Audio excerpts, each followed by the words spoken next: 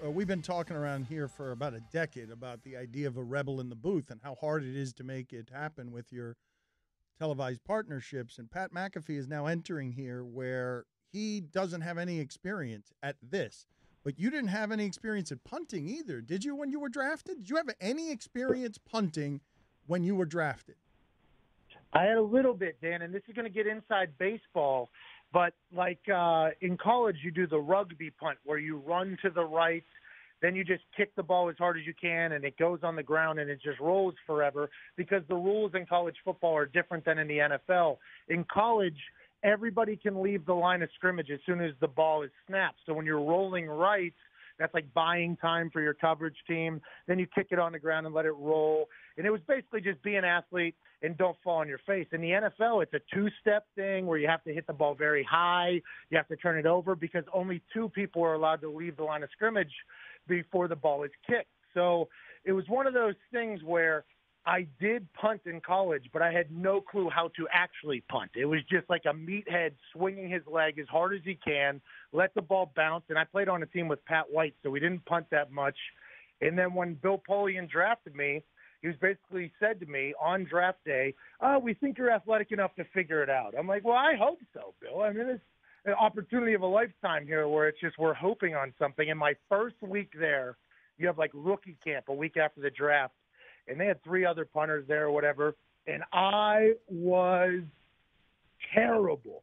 I'm talking about punting the ball like 5 yards, 10 yards, maybe 15 yards. I heard the Colts play-by-play guy, who's this legend of a man named Bob Lamey. I actually heard him go, "What is that?" So I mean, I figured it out. I figured it out after a couple of years. But the whole first year, we were undefeated until we chose to lose. Literally, that's what happened. And I would go out and punt every once in a while when Peyton wouldn't get a first down. And if I hit a good ball, I was excited, but I had no idea why it was a good ball. And if I hit a bad ball, I had no clue why it was a bad ball. So it was just literally walking out into a craps table every fourth down, just like, yeah. And then I had to punt in the Super Bowl to Reggie Bush. So it was awesome. It was just awesome. Wait a minute. You were telling us that you went out there and you were punting and didn't know what you were doing? No clue. The ball would go real far, real high, and I was like, "Oh, that's awesome!" And I was like, "I wish I knew why.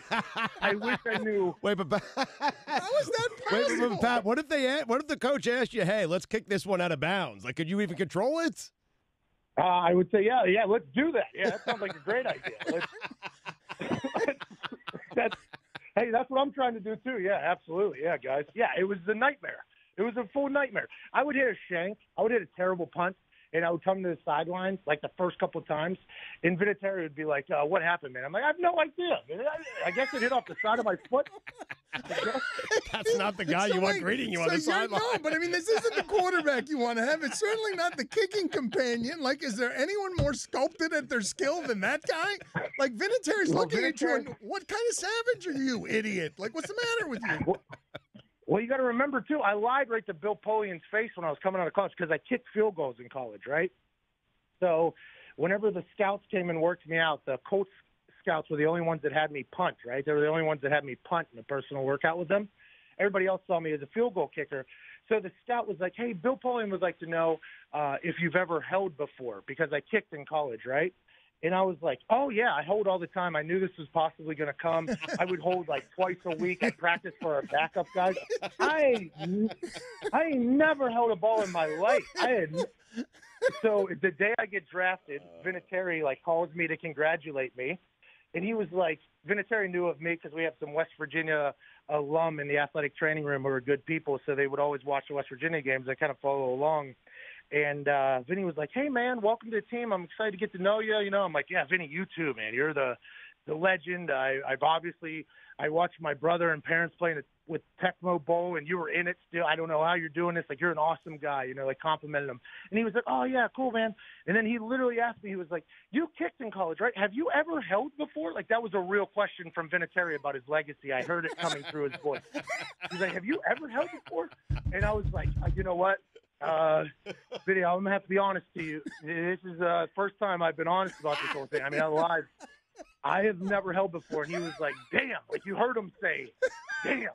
And So he, yeah. So that first year of mine was a wild scene, man. I couldn't sleep the night before. I was like, who knows what's going to happen here? Because you were a raging fraud. Like you're a liar and a fraud. And, I'm proud of you. And these pillars of professionalism, Manning and Vinatieri, who are legends in your sport, they both know it. And Polian too. You lied to his face. That's like spitting in church. What's the matter with you? Hey, listen, man, you got to get that money however you can get it, Dan. You know what I mean? I mean, we had putting Stugatz in the booth. I love you, man. It was a real thing, though. But the conversation between me and Vinatieri, that first one, it was so positive at the beginning, and then I could just hear the complete depression that set over the greatest of all time as soon as I was like, yeah, man, I'm going to have to tell you, like, straight, I ain't never done that in my life. Did he tell anybody else? Or was it like your secret until now? Dude, he flew me down to Ken Walter's house in Carolina like the next day. This is a true story. Ken Walter was his holder in New England for all the big-time kicks. His name's Ken Walter. He was a punter. He followed Belichick. He was at Carolina, and then he ended up with the Patriots for some years. He was a good dude, but he was Vinatieri's holder for all the big kicks, the snow game, the Super Bowls, everything, right? So he was like, okay, well, we got to make sure you learn how to do that. Vinatieri was like, okay, we have to make sure you learn how to do it, which was basically saying, like, okay, just because you're a disgusting human that lied about what you can and can't do, I'm not going to let you ruin my legacy, is basically what he said. So he flew me down to Ken Walter's house in Carolina, and I went to, like, a little boot camp for holding for, like, a day and a half, and then I flew back to Indianapolis. And that training camp, Vinatieri was in my dorm room every night just throwing me, like, thousands of footballs. And honestly, one of those nights, I chugged a beer pretty fast, and I think that was when we really became best friends. He saw me chug a beer and take some holds, and I think that was the moment Vinatieri and I became best friends. But it's also the secret that he's kept for you throughout his life, like the one secret that I mean, that's what best friends do. My though, God, though, like that's his legacy, and there's a fraud bum holding for it. Well, and also think about it at this point too. Whenever, and on the flip side here, I mean, I put myself in a terrible spot there. I had no idea I was going to go to the Colts. The Cowboys told me they were going to draft me to kick. So the Colts were just, whenever I told them, like, oh, yeah, I can hold for sure, because they were the only team that worked me out as a punter. Everybody else worked me out as a kicker. So that was never even a thought that I was going to have to hold for anybody. And then whammy, Philadelphia Eagles pick, round 7, I get a call from a 317 number. So I thought the Eagles were drafting me. I was like, this is weird. I didn't even talk to this team. And it was Bill Polian trading up with the Eagles to draft me to punt. And I actually said, what's that? To punt. I was like, oh, okay, good. I was pretty intoxicated with my family. It was a wild day. So it wasn't even until Vinny called me that I remembered, like, oh, yeah, they're expecting me to hold here too. And that is a scary scene, by the way, when the greatest of all time life is literally in your hands. If he misses, everybody knows it's your fault too, right? So I'm in a terrible spot too. It was tough. It was a tough time to be alive, man. Tough time. We are rooting for you. I hope. Do this, Pat. I know it is a good hire that ESPN has made, and I just hope they let. I hope you are you, Pat. Thank you for being on with us.